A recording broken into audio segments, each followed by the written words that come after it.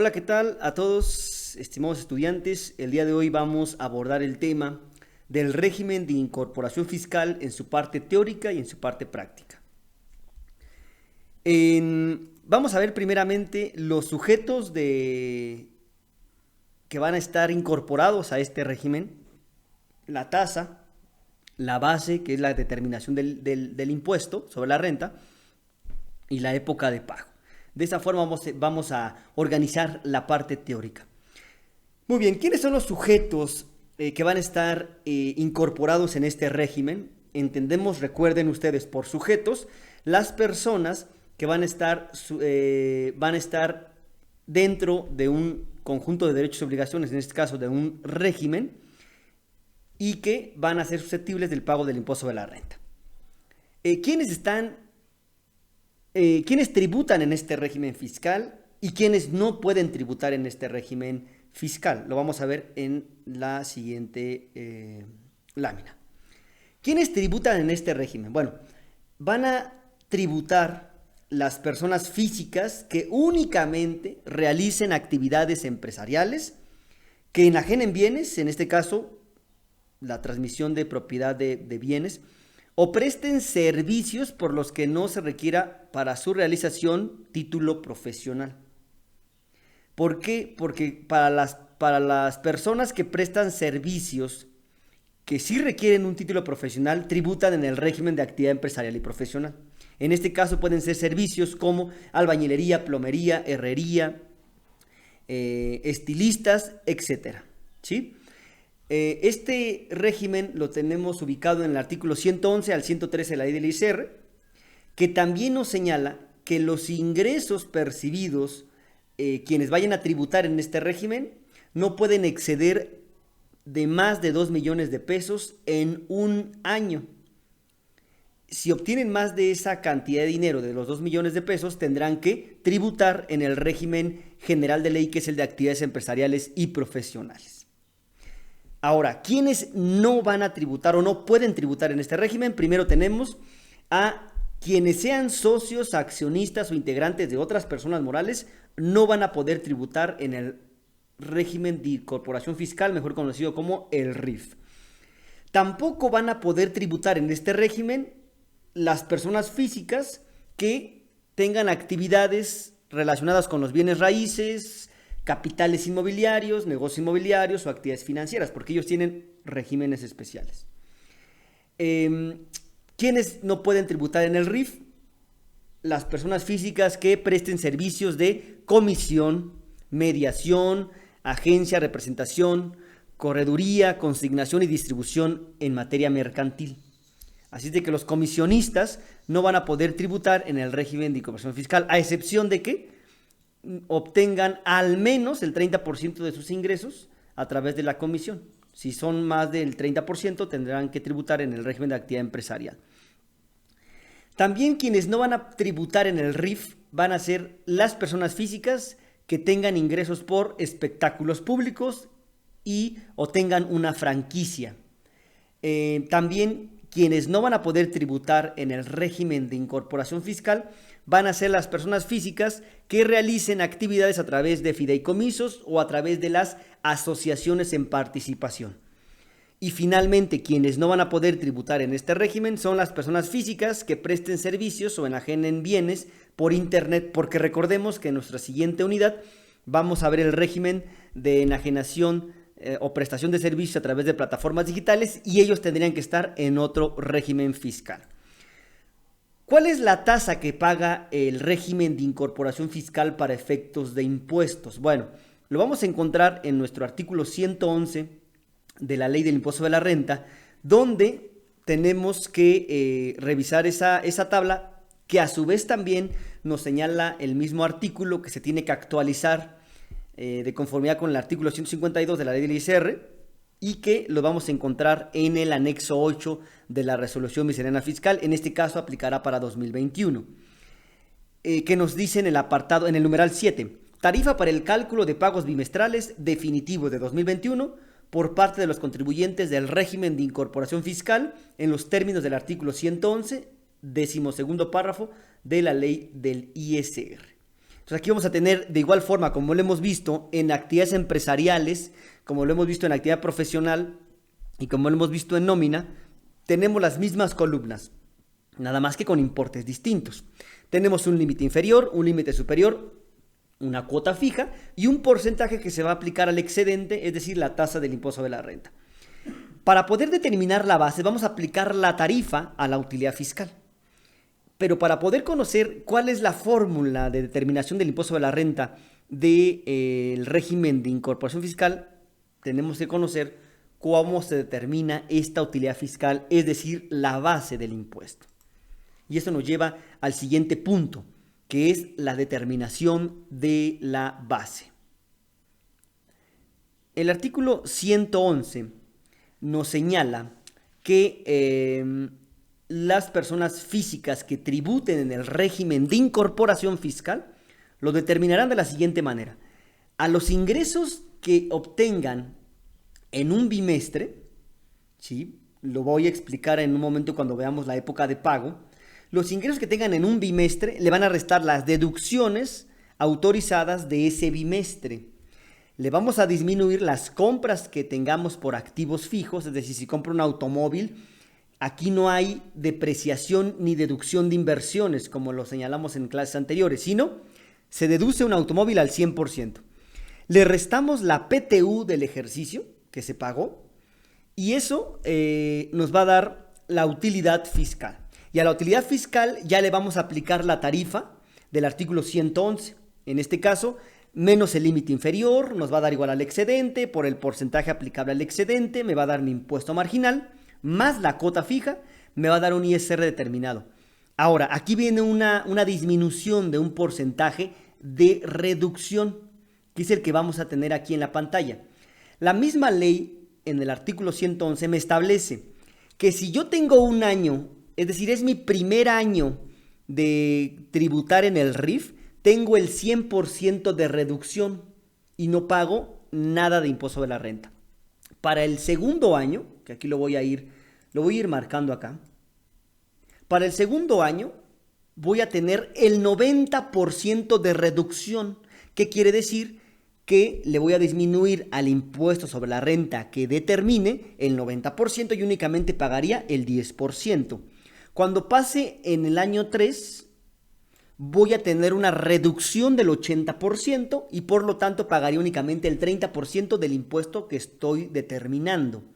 Para el año 4 tendré un 70% de reducción y es decir, tendré que pagar el 30% del impuesto de la renta que yo haya determinado y así sucesivamente hasta llegar al 10º año, que dice la ley que no podrá una persona física permanecer en el régimen de incorporación fiscal más de 10 ejercicios. Y esto lo vamos a ver en la siguiente parte de un caso práctico para determinar el impuesto bimestral. Esto nos lleva a la época de pago. ¿Cuándo tengo que pagar el impuesto sobre la renta si tributamos en el régimen de incorporación fiscal? Bueno, de acuerdo al artículo 112 y 113 de la ley del ISR, los contribuyentes que tributan en el régimen de incorporación fiscal deben calcular y deben pagar su impuesto en forma bimestral, el cual tiene carácter de definitivo, es decir, juega una misma característica que el IVA. Cada bimestre no está conectado, sino cada uno tiene su pago independiente. Y cada cuándo tengo que pagar este impuesto sobre la renta por estar en el régimen de incorporación fiscal, a más tardar los días 17 de los meses de marzo, que abarca el bimestre de enero y febrero, lo pago a más tardar el 17 de marzo. El bimestre marzo y abril lo pago a más tardar en mayo.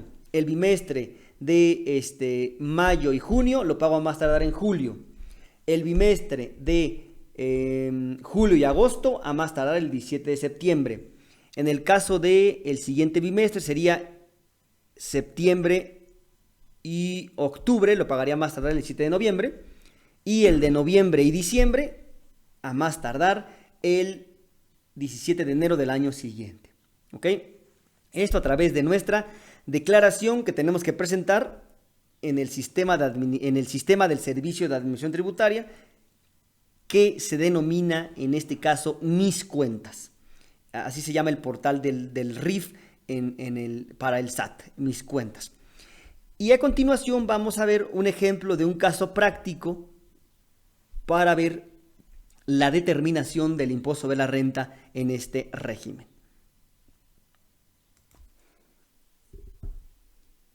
Bueno, vamos a tener este planteamiento de este caso práctico donde ya nos van a dar nuestros ingresos por bimestre: enero, febrero, primer bimestre; marzo y abril, segundo bimestre; mayo y junio, tercer bimestre; julio y agosto, cuarto bimestre, y así sucesivamente. Tenemos las deducciones, algunas compras de activos fijos que realizó esta persona física. Vamos a poner aquí como ejemplo al señor Daniel Pérez. ¿Qué es lo primero que tenemos que realizar? Bueno, ¿qué es lo que habíamos visto hace un momento en las diapositivas pasadas? La base. ¿Cómo vamos a determinar la base? Tenemos nosotros que elaborar nuestra fórmula, que eran nuestros ingresos del bimestre menos las deducciones del bimestre. Tenemos que disminuirle también la adquisición de activos. Recordarán que en cualquier otra persona física, por ejemplo la persona física con actividad empresarial, las inversiones, ¿sí? Las inversiones se deprecian o se disminuyen a través de la deducción de inversiones. En este caso no, ¿sí? En este caso son 100% deducibles al 100%. Ya nada más déjenme darle formato. Y este es un ejemplo muy sencillo. Ya se van a dar cuenta para la clase del día de hoy. Esta va a ser nuestra cédula de determinación del ISR por el régimen de incorporación fiscal.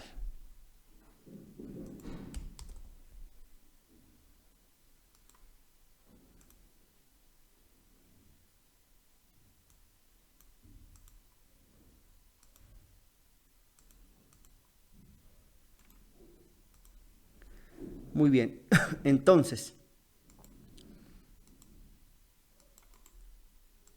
y aquí le vamos a determinar de igual forma por bimestre, ¿no? Por bimestre, para tener nuestra cédula de trabajo en orden. Adquisición de activos, le vamos a restar esto a los ingresos del bimestre. Le vamos a restar también nuestros activos, y eso nos va a dar igual a nuestra utilidad fiscal. En este ejemplo no tenemos PTU, entonces no la vamos a colocar. Bueno, pero por si las dudas, ¿no? PTU es igual a mi utilidad fiscal. Después, a mi utilidad fiscal es a la que le tengo que aplicar la tarifa del artículo 111, que para este supuesto vamos a aplicar las tarifas del anexo 8 de la resolución miscelánea fiscal, porque son las que están actualizadas. Entonces vamos a restarle aquí nuestro menos límite inferior. Este nos va a dar igual a nuestro excedente, y al excedente lo vamos a multiplicar por el porcentaje aplicable al excedente. Eso nos va a dar igual a nuestro impuesto marginal. Vamos a sumarle nuestra cuota fija, y este va a ser mi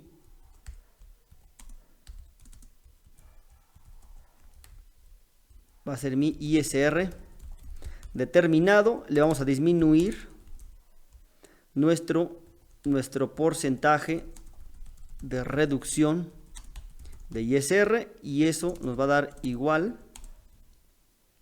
a nuestro ISR por pagar. Para este ejemplo, lo único que me falta agregarle es el año de ingreso al RIF. Vamos a pensar que este es el ejercicio 2021. Y vamos a tener que lleva años en el RIF. Vamos a colocarle que lleva... Este va a ser su segundo año en el RIF. Recuerden que si es el primer año, pues le aplicará el 100% de reducción. Entonces, mis ingresos del bimestre para el primer bimestre son 450,000. Mis deducciones de este primer bimestre son de 89,000. Y tengo una adquisición de un automóvil por 85,000 pesos. ¿Sí? Lo vamos a tener aquí, 85,000 pesos, que está en enero y febrero. Y lo vamos a colocar aquí en adquisición de activos. Aquí, como les señalaba yo, se van a deducir al 100%. ¿Sí? No es vía deducción fiscal como la conocemos. Entonces la PTU es 0.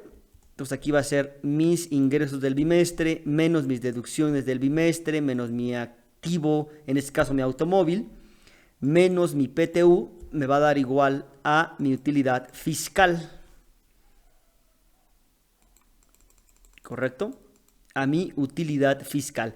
Y a esta utilidad fiscal le tenemos que aplicar la tarifa y voy a proyectar ahora la tarifa del artículo 111, en este caso del anexo 8 de la resolución miscelánea fiscal. Son 276,000. Entonces, ya dentro de la tarifa del anexo 8 de la resolución miscelánea fiscal en su numeral 7, vamos a ubicarnos nosotros en los 270,000 pesos, que es la utilidad fiscal, que se ubicaría aquí.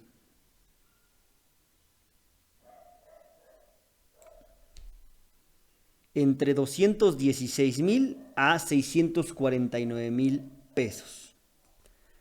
Entonces, los 276,000 pesos de utilidad fiscal que tenemos, al ubicarse en este rango, vamos a tomar el límite inferior por una parte, que tenemos aquí, límite inferior. Vamos a tomar este porcentaje aplicable al excedente y la cuota fija de 56,490 pesos. Ok, entonces ya continuando, nuestro límite inferior serían los 216,563. Vamos a obtener el excedente de la autoridad fiscal menos el límite inferior. Mi porcentaje aplicable excedente es del 34% de acuerdo a la tarifa. Y mi impuesto marginal será los 59,436 por el 34%. Y nuestra cuota fija a aplicar va a ser la cantidad de 56,490.72. Y mi ISR determinado van a ser los 20,208.46. 20,208.46 más los 56,490. Y nuestro ISR determinado es de 76,699.18. Ahora, como en el ejercicio o en la práctica que estamos analizando nos dice que lleva 2 años en el RIF, tenemos que irnos a nuestra tabla del artículo 111 para ver cuál es el porcentaje de reducción. En este caso, nuestro porcentaje de reducción, en un momento se los voy a proyectar, corresponde a el segundo año al 90% de reducción. Entonces, el estímulo en este caso que le otorga la ley al régimen de incorporación fiscal en su segundo año, en su segundo ejercicio, va a ser del 90% de reducción. ¿Sí? Entonces, eso es lo que vamos nosotros a determinar ahí. Entonces, vamos a colocarle 90%. Muy bien, entonces el porcentaje de reducción es del 90%. ¿Qué es lo que tengo que hacer? Voy a multiplicar mi ISR determinado por el 90% o por el punto 90. ¿Sí? Entonces, esa cantidad de reducción que tenemos aquí de los 69,029 pesos va a ser lo que la ley del ISR me autoriza a reducirme respecto al impuesto sobre la renta. Entonces, ¿cuál va a ser mi ISR a pagar? La diferencia serían 76,699 menos 69,029. Por lo tanto, mi ISR a pagar es de 7,669.92. Quiero señalar que si fuese, en este caso, el tercer año, sería el 80% de reducción. Entonces aquí sería por el 80%. Y es lo que le restaríamos como porcentaje de reducción. En este caso es del 90%. Siguiente. Para el caso del segundo bimestre de marzo y abril, tenemos 250,000 pesos de ingreso. Del bimestre, 185,000 pesos de deducciones. Adquirí activos, en este caso una computadora por 20,000 pesos, no hay PTU. Si se dan cuenta, a diferencia de la actividad empresarial, que la actividad empresarial va ligado mes a mes, es decir, el ingreso de enero se suma con el de febrero y es el ingreso de febrero total. El ingreso de marzo es el ingreso de enero más febrero más el de marzo. Aquí no. En el RIF, cada bimestre es independiente. ¿Sí? Entonces aquí vamos a determinar la utilidad fiscal. A los ingresos del bimestre le restamos las deducciones del bimestre menos nuestra adquisición de activos menos la PTU y me va a dar en este caso la utilidad fiscal de 45,000 pesos. Ahora, tengo que ver mi tarifa para ver en qué rango me encuentro en los 45,000 pesos de la tarifa del anexo 8 de la resolución miscelánea fiscal.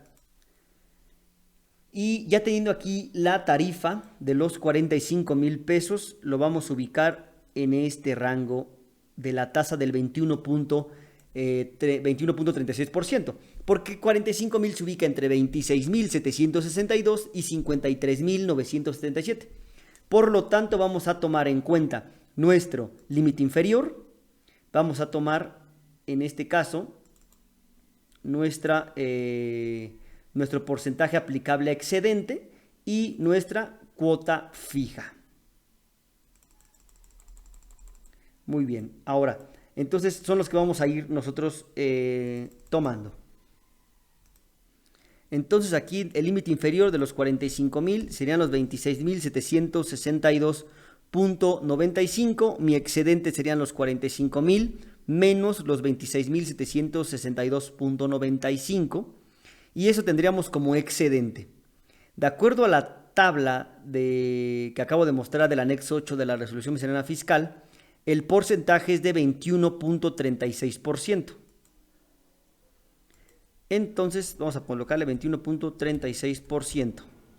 Voy a multiplicar mi excedente por mi porcentaje aplicable excedente. Mi cuota fija de igual forma la vamos a revisar en nuestro anexo 8, que equivale a los 2,834 pesos.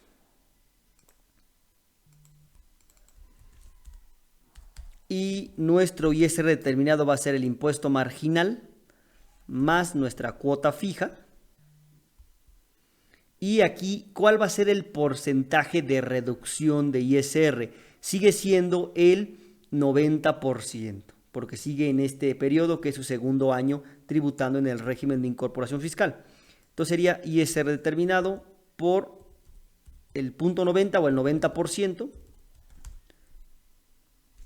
Y mi pago del bimestre va a ser el ISR determinado menos mi porcentaje de reducción de ISR y mi pago va a ser de 672 pesos. Bueno, casi 673.